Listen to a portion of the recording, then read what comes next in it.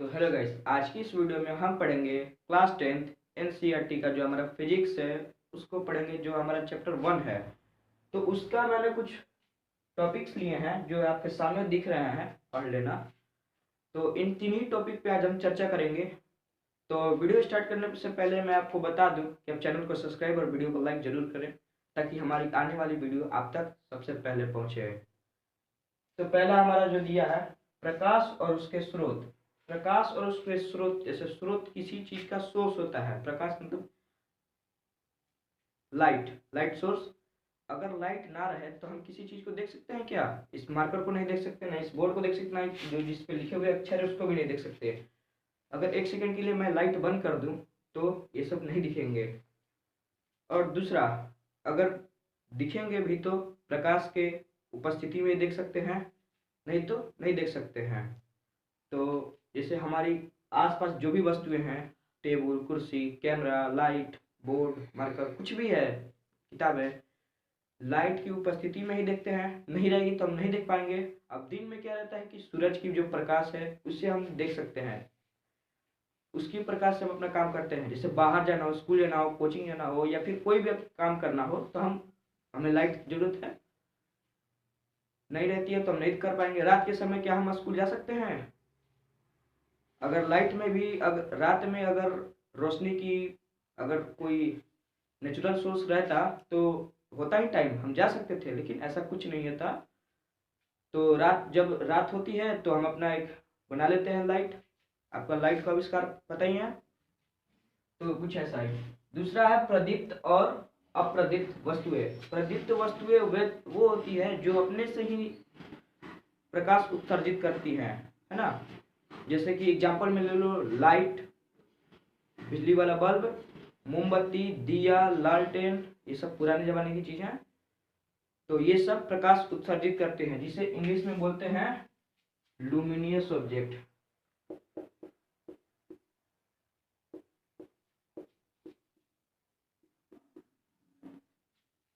ये सब प्रकाश उत्सर्जित करती हैं। अब इसमें दिया है अप्रदीप्त वस्तुएं, तो जो मैंने बताया उसका उल्टा कर दो, है ना। जैसे कि लाइट, ये तो मैंने बताया प्रदीप्त का, प्रदीप्त वस्तुएं का, लाइट, दिया, मोमबत्ती, जो भी है, मोबाइल का फ्लैश, ये सब प्रकाश उत्सर्जित करता है। और नहीं करने वाले में जैसे ले लो, टेबल ले लो, पुस्तक ले लो, है ना, प्लास्टिक की चीजें ले लो, कोई भी सभी चीज, ये सब प्रकाश उत्सर्जित नहीं करते हैं। तो इसे बोलते हैं इंग्लिश में नॉन लुमिनियस ऑब्जेक्ट।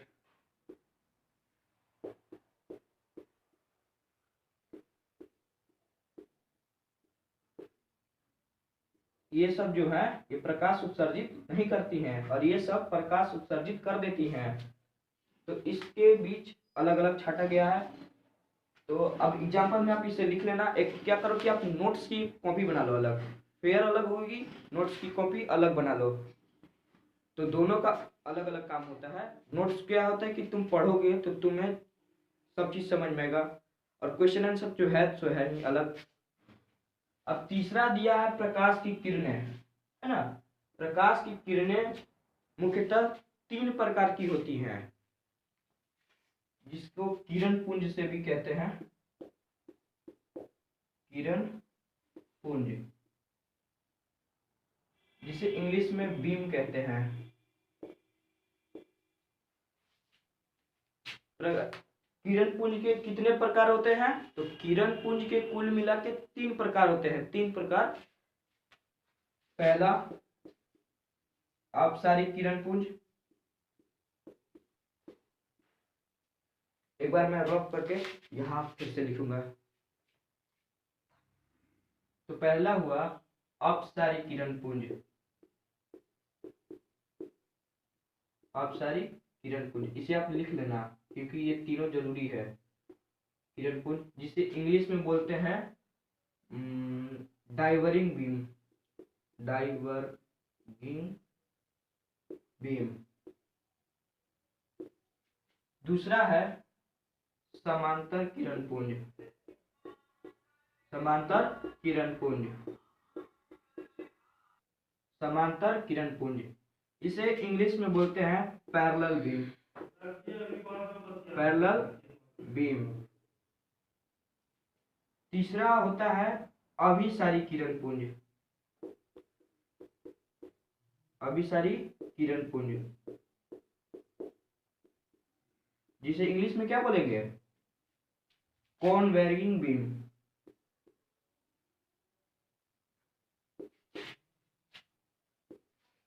तो ये तीनों प्रकाश की किरणें, जो किरण पुंज है, किरण पुंज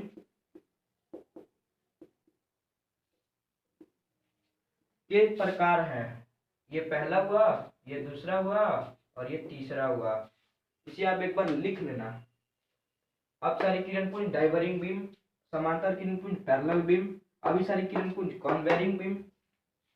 तो सभी को आप समझने की कोशिश कीजिए कि ये कहना क्या चाहता है। प्रकाश और उसके स्रोत, जो अभी मैंने बताया, किसी भी लाइट के उपस्थिति में ही हम किसी वस्तु को देख सकते हैं, है ना? वैसे ही तो आप समझ लीजिए अपसारी किरण पुंज क्या होता है। अपसारी किरण पुंज वैसा किरण पुंज जिसमें लाइट आके, तो जो पहला है अपसारी किरण पुंज, अपसारी किरण पुंज में वैसा किरण पुंज होता है जो जिसमें प्रकाश फैलता है। फैलता का मतलब, अगर मान लो ये एक कोई प्रदीप्त वस्तु है, इसको अगर हम जलाएं तो प्रकाश इसमें से फैलेगा, इधर उधर जाएगा।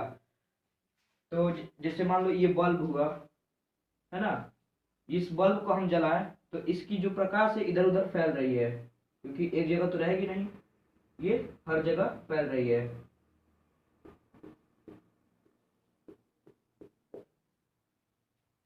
तो ये हुआ अपसारी किरण पुंज की काम।